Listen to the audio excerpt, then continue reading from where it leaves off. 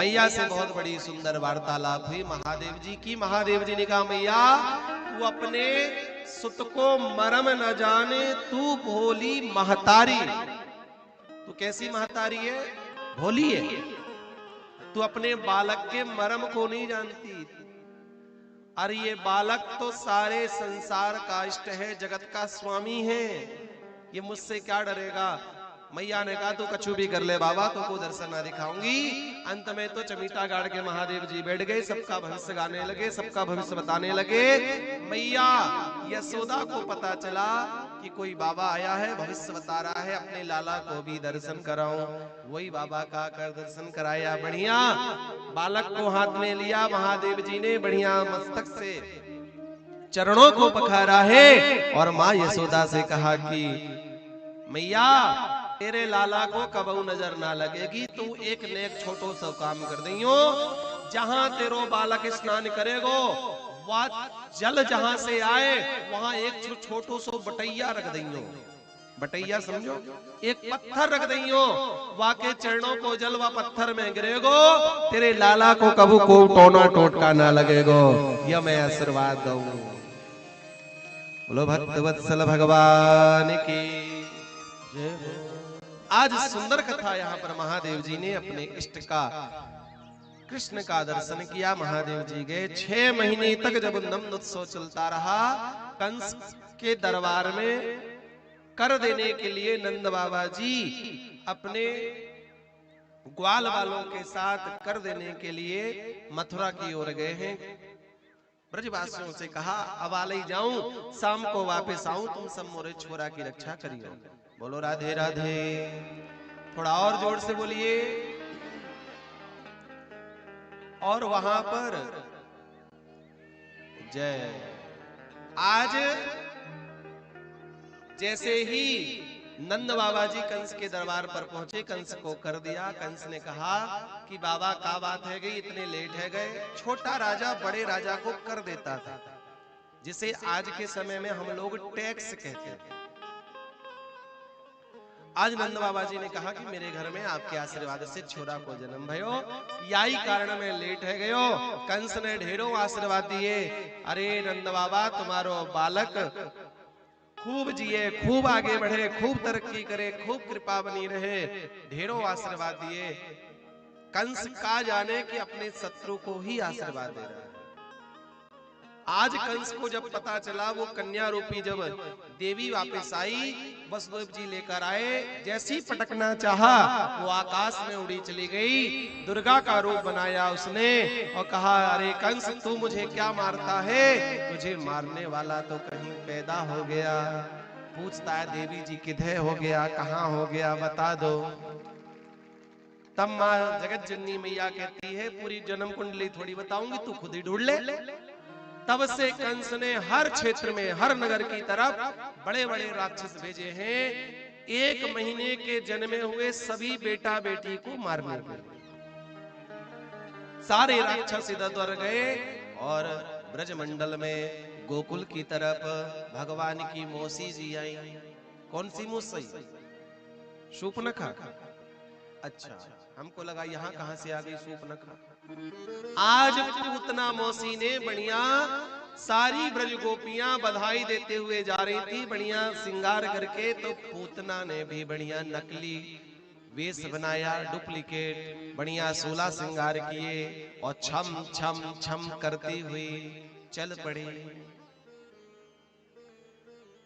सुखदेव जी महाराज कहते हैं परीक्षित आज ऐसा लग रहा है जैसे साक्षात लक्ष्मी उतर कर आ गई। इतना सुंदर रूप बनाया किसने? हाँ जी, पूतना ने।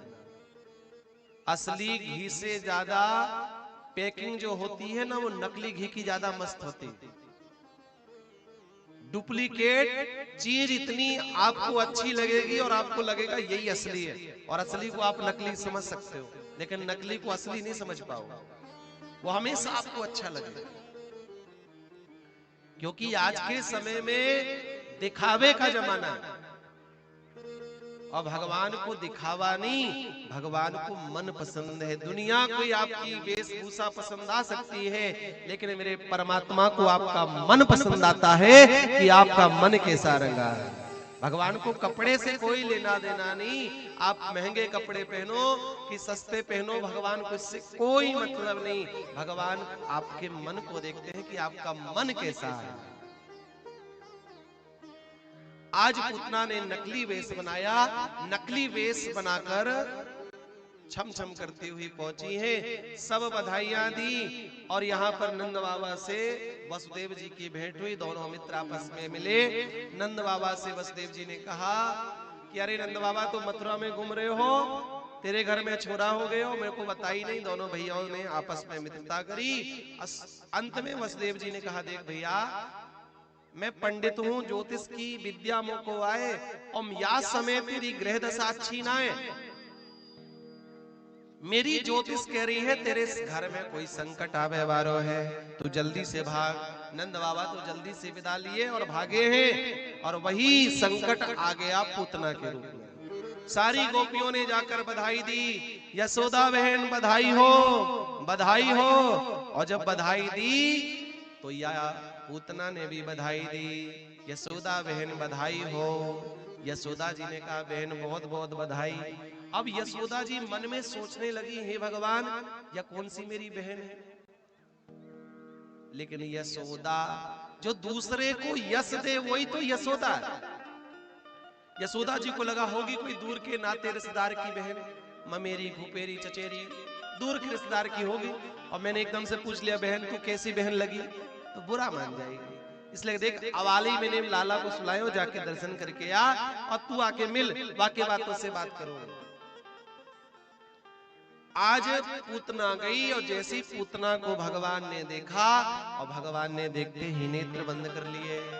अब ये तो परमात्मा जाने कि भगवान ने नेत्र क्यों बंद करे, लेकिन संतों के अनेक भाव। बोलो राधे राधे। थोड़ा और धीरे बोलो। वाह भाई, जोर से बोलो तो कम बोलते हो, अब धीरे बोला तो जोर से बोल रहे हो। बोलो राधे राधे। हाँ, इतने ही बोल लो तो एक ही बार में काम है जाए, बिल्कुल परेशान ना करें हम। आज भगवान ने नेत्र क्यों बंद करे ये तो भगवान जाने, लेकिन संतों के अनेक भाव हैं। भगवान का ध्यान करते हुए एक संत ने कहा, भगवान ने नेत्र इसलिए बंद किए, भगवान ध्यान कर रहे हैं गणेश जी का कि प्रभु, अब यहां से मैं आया था संसार से इन शत्रुओं को मारने के लिए, राक्षसों को मारने के लिए, अब मैं शुरुआत कर रहा हूं, इसलिए गणेश जी आपका ध्यान कर रहा हूं, मंगलाचरण कर रहा हूं। एक संत का भाव है कि भगवान आए थे माखन मिश्री खाने, और पूतना मौसी क्या पिलाने आई है, जहर। इसलिए भगवान महादेव जी का ध्यान कर रहे हैं। महादेव जी, जहर पीवे को अभ्यास आपको है, यही कारण आप जल्दी से आओ और आप आकर जहर पियो। एक भाव संत का है। बोलो राधे राधे। थोड़ा और जोर से बोलो। आप काहे घबरा रहे हो? अरे पाकिस्तान में हमला होगा, वहां के लोगों को घबराना है, अपन को घबराने की जरूरत थोड़ी है। उसके लिए बैठे हैं ऊपर, अपने तक हमला नहीं आएगा, अपन तो वैसे भी मध्य में बैठे। हाँ, छोटा सा फटाका क्या फूटा, रॉकेट फूट गई। बोलो राधे राधे। थोड़ा और जोर से बोलो। अपन तो भगवान की कथा में रहो रातों रात। हम तो कह रहे हैं मोदी जी ऐसा कुछ काम कर दो कि रातों रात पूरा सफाई कर दो, वहां ना रहेगा बांस, ना रहेगी बांसुरी, बजने का काम ही खत्म हो जाए। बोलो राधे राधे।